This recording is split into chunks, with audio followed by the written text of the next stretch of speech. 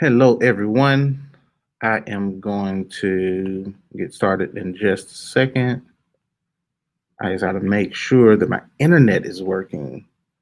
So let's see what happens. All right, internet is working right there. And my name is Antoine Chambers. For you that may or may not know, now you know, and knowing is half the battle. So I got to make sure that I have sound, that I can see comments. So today I'm going to talk about something that I highly doubt that I've talked about before, and we're going to deal with this thought of self-doubt. Self-doubt.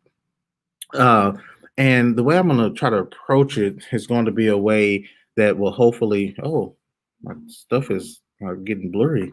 My camera. All right, I think my camera is fine now.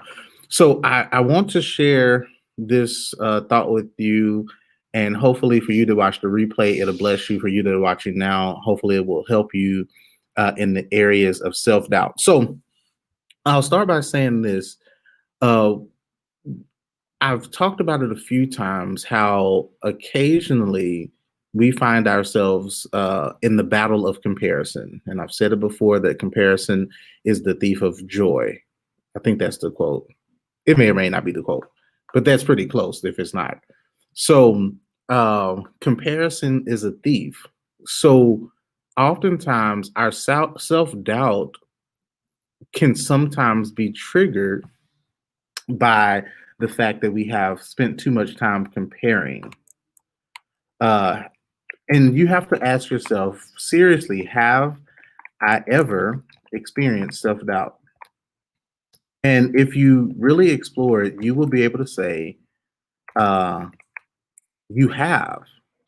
You have experienced that moment where you were like, I don't know if I can do this. I don't know if it's meant for me to do this.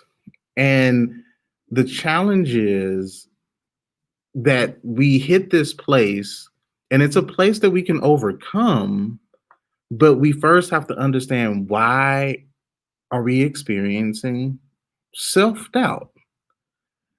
When I think of the word self-doubt, I also think of this thought of like self-destruction.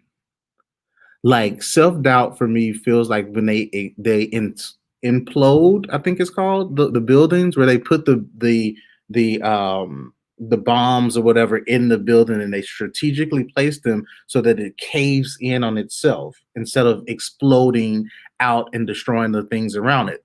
So when we think of imploding, I believe self-doubt will cause you to implode. And occasionally, some of the fragments of your self doubt will explode and hit the people around you. So take for a moment the moment that you were like, I know that I need to be doing a certain thing, but for some reason, I can't do this certain thing. And if you are going to watch me and you're going to hang out for a moment, feel free to comment. Feel free to put your name in the chat so that I know that you're here, so that I can greet you and all of that great stuff. So, implosion of yourself. So you're sitting up here saying, well, I know that I'm supposed to be good at this. I know that I can make this business happen. I know that I can make this relationship happen. I know that I can make this friendship happen. I know that I can build this ministry. I know that I can write this book. I know that I can be a better husband. I know that I can be a better mother. But then the self-doubt creeps in the middle of your belief. So you're sitting here realizing that you are capable. And if you believe that you are capable of what you desire to do, I want you to go on and put it in the chat that I am capable. I'm gonna join you in putting in I am capable. Because when we deal with self-doubt, it hinders everything about our life. And self-doubt is self-sabotage, is self-destruction, because you're capable of more than you think you're capable of. Now, Self-doubt sometimes creeps in because of fear. It's fear of what's going to happen. But I need you to replace that thought and ask yourself, what do I need to do to just accomplish that which I plan to do? And what do I need to do each day? What do I need to do each hour?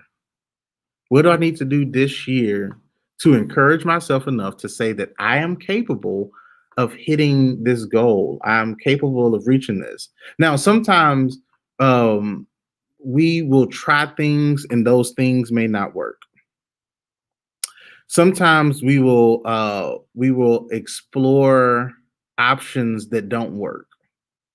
And it's okay. Sometimes stuff doesn't work. Sometimes what we thought was going to happen doesn't happen. But we have to realize that there are some things that we cannot control, while other times there are things that we can control. We can't control what other people do or don't do. We can recommend, we can be um, a party to, assisting, but we can't make anybody do anything. So when it comes to ourselves, the only person that we can make move is us. If you are pursuing to do anything great in life, you have to say, yes, there may be doubt, there may be fear, there may even be uncertainty. But when you believe in yourself enough, you say, I know that there's more to life. I know that there's more to what I'm doing than what is happening. So you have to tell yourself, I am capable. You literally have to affirm yourself, even when there are times when you feel like your affirmations are just stupid. Like you're like, I'm affirming myself, but I don't know if I really believe what's happened. I don't really know if I believe that this is possible. And the fact of the matter is, it is possible. A couple of years ago, I saw it for the first time that somebody was talking about the word impossible, impossible,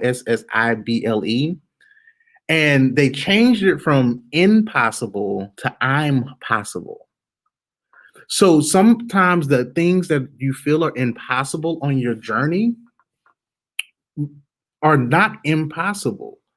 You just have to reshift and reshape and say, what seems like it's impossible, I have to realize that even if that seems impossible, I'm possible.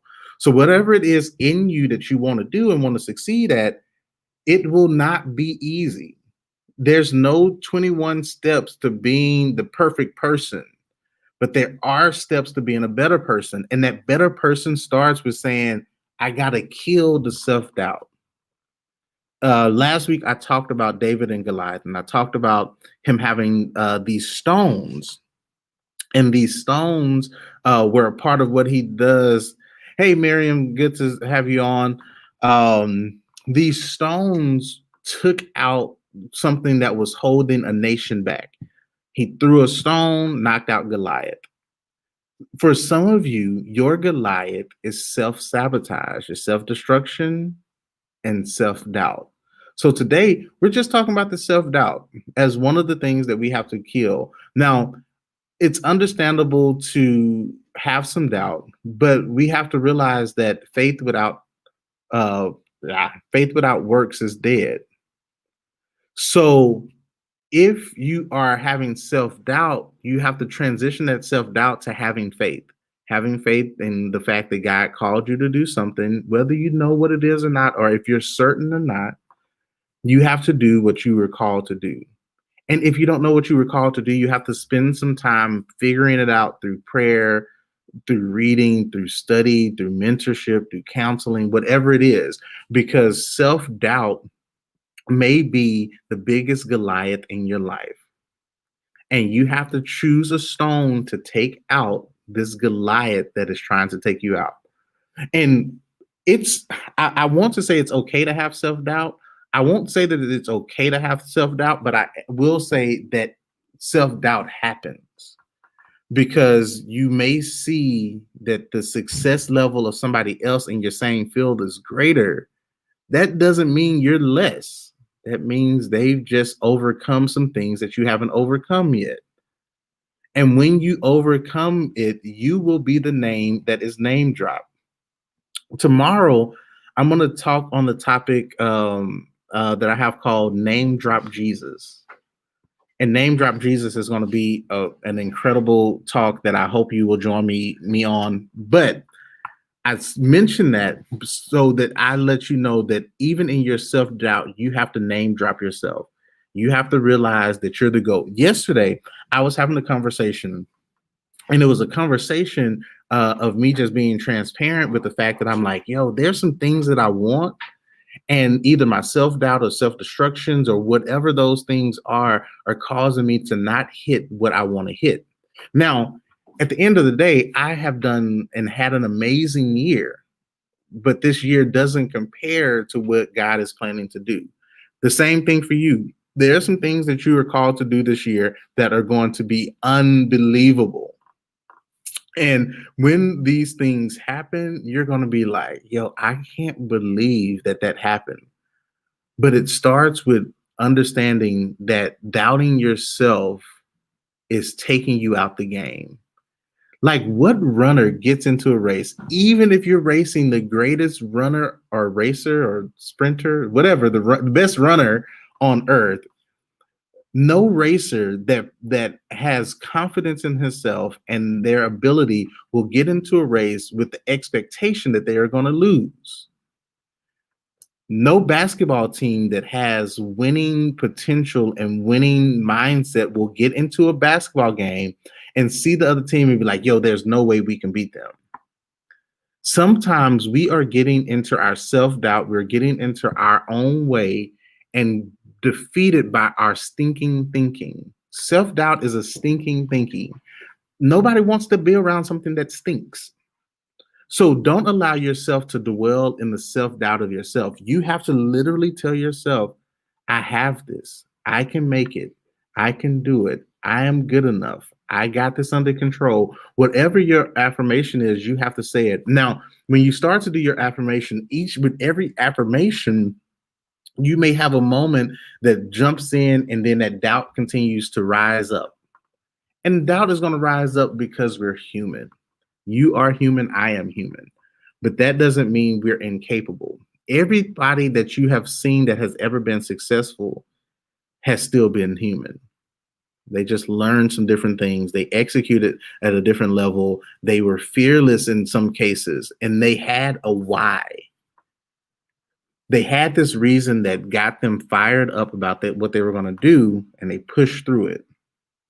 When you think about you, is your self-doubt triggered by the fact that you don't have a why? Why do I get up and do this every day? Why do I take out time to do a live every day? Because my why is I can't touch a million lives if I don't speak. I can't I can't lose weight if I don't do this. I can't execute this if I don't do this. So your why will help you to overcome the self-sabotage and self-doubt. Because even though you may doubt your capability, your why is strong enough to push you. People that win the races are the ones that run to the finish line. Like, there has never been a winner of a race that didn't cross the finish line. What is your finish line? What is your exit strategy? What is that moment that takes you from just being good enough to being greater than ever? Yesterday, I had a text message which shocked me. I was talking to someone, and in their response to one of my messages, they were like, dude, you're the GOAT.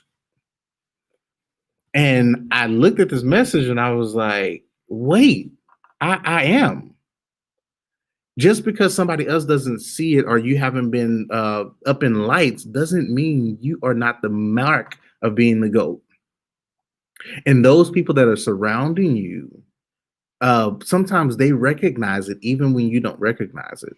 So whatever your moment is in this life, whatever you're trying to pursue, you have to believe it. And it's not being cocky to believe that you're the greatest. It's living out what you were already meant to do. So I'm going to close this out on this. Jeremiah 29:11. Some of you may know it. If you don't know it, it's okay. I don't have it memorized. But Jeremiah 29:11-13, it says, "For I know the plans I have for you, declares the Lord, plans for welfare and not for evil, to give you a future and a hope. Then you will call upon me and come and pray to me, and I will hear you. You will seek me and find me. You will seek me with all of your heart." So when I think about that scripture, it helps me to realize that my self doubt is not in line with God's will for my life. Your self doubt is not in line with God saying, I have a plan for you. Just because you're not living in God's plan or not executing on the plan that He has for your life doesn't mean He doesn't have a plan. So, what you have to do is you have to take a moment and say and reflect, hey, God, I don't know the plans that you have for me, but I know that you allowed me to be on this earth, to live another day, to see life because you have a plan for me. So, again, that scripture is Jeremiah 29:11-13. For I know the plans that I have for you, declares the Lord, plans for welfare and not for evil, to give you a future and a hope. Your future is brighter than self doubt. The hope that God has prepared for you is greater than what you believe you can't do. So you just have to strengthen up yourself through prayer, through connection with God, seek His face, seek His hand, seek His heart, seek His ways, and He will heal your land. Whatever is broken in you can be fixed, but you have to end the self doubt. So, hopefully, this was helpful for you. Feel free to drop your names. Let me know that you were here. I got some people on, and I don't know who you are. Maybe it was so good that you were like, I can't even talk, I can't even type. I just want to listen, which is perfectly fine. But I appreciate y'all for hanging out with me. I pray that the rest of your week be the best of your week. And I'll see you next time on these good old lives with me. If you have any questions or comments, post it. Also, don't forget to follow me on Instagram, Antoine Chambers Consulting, on Facebook, Antoine Chambers Consulting, on YouTube, Antoine Chambers, and it'll be consulting soon. I'm going to fix that today. Anywho, follow me on those outlets if you have any questions, concerns, or if you have a topic that you would like to have my perspective on. I'm happy to do it. You'll DM me, and it might take me a minute to get to your message, but I got you. All right, that's all. Peace. You're welcome, Miriam.